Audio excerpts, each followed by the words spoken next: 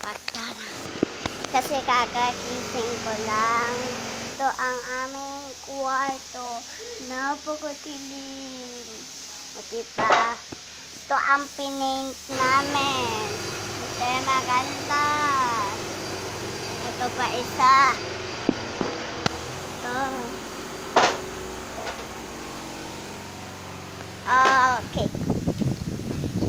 Mga kaibigan, gusto mo ko muna makita ang mga picture o mga kaibigan. Ito na ang aming kwarto. O diba mga kan, ito ang aming playroom. Ang taas kay Kuya, diba?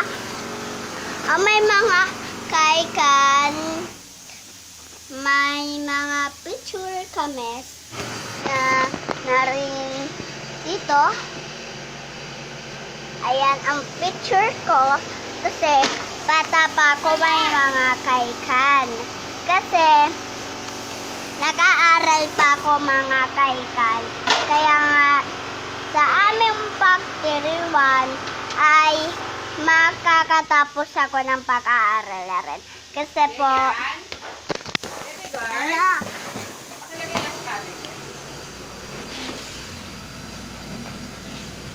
Nagre-record ka? Ako.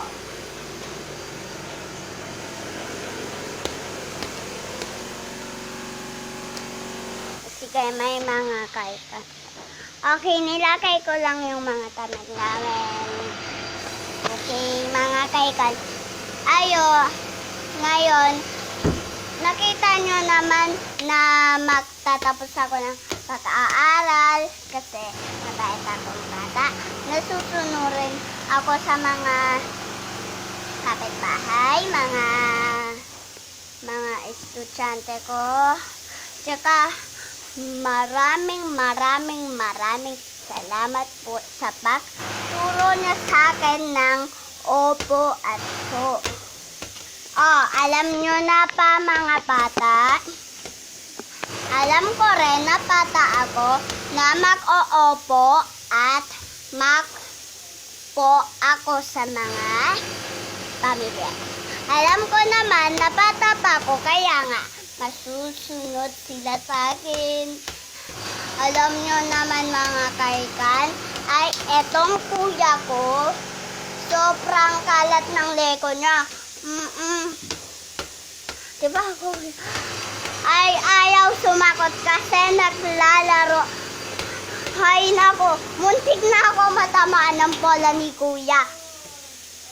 Salamat na lang po. Sige, bye-bye po. Bye-bye. Kasi nagre-ret na tong namin eh. Bye-bye po. Sige, sa susunod na lang po. Mwah.